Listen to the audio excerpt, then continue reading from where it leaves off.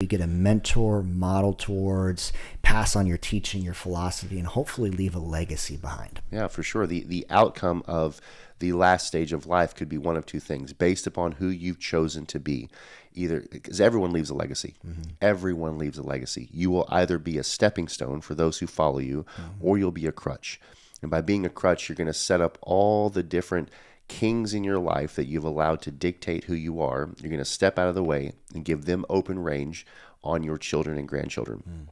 So whether that's alcoholism, whether that's being lazy, being fat, having horrible eating habits, all the things that we choose to do that have a negative impact, you literally get out of the way and go, oh, there's my kids, have a shot at them. And we see it happen generation to generation, which is why in America specifically, we see every single generation starting over. So we don't want the same house that we grew up in. We go off to college and learn different vocations than our parents may have done because we don't want to reproduce. And so that's the very default way of living in our country, versus if you have a legacy mindset, knowing my life will come to an end. My time is the most valuable thing that I've got. How am I spending it? I'm going to be intentional with it. I'm going to make an influence. I'm going to get around people that challenge me consistently. As we've talked about in previous episodes, I'm going to choose to have a life that lives soar, which means I'm growing and progressing in every area of my life.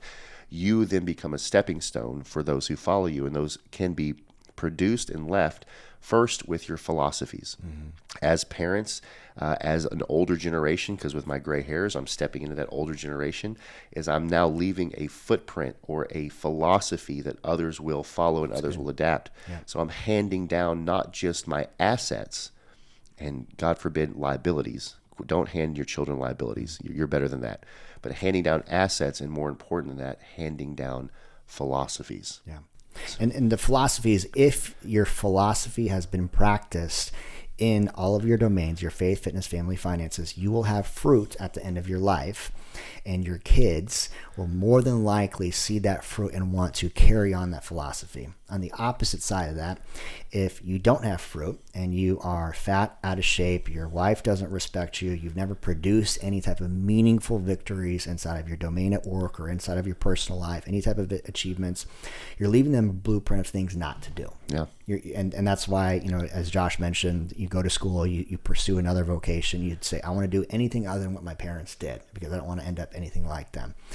And what a horrible imprint that you're leaving behind, versus the other side is if you truly live by a code, set of virtues, you've got values, you live by a vision that is pulling you and calling you forward, you're stacking consistent victories, you overcome those vices, those roadblocks, then you get to create a beautiful blueprint that your kids get to adopt on their own. Yeah, I love that. And so a great practice that we can challenge you to do is to write a book. Right? If there's philosophies in your life that are working, if there's things that you truly want to embed in your children and grandchildren and great-grandchildren, especially because the Bible talks about the decisions in the life of a man trickle down 4 generations. If you want to give them what works in your life, write a book. Write a book. Everybody should write a book. Everybody should. What I love about a book, and one of the great men in my life has said this before, is that when you read a book, you get to wean from the best parts of an individual. Because typically when someone writes a book, they've got they've got decades of decisions and actions they've taken in that work, and they decide to put them between pages, and you get to wean from that. And then typically reading a book does not take long, so you can get a lifetime worth of wisdom, knowledge, understanding, and action and philosophy absorbed in a very short amount of time.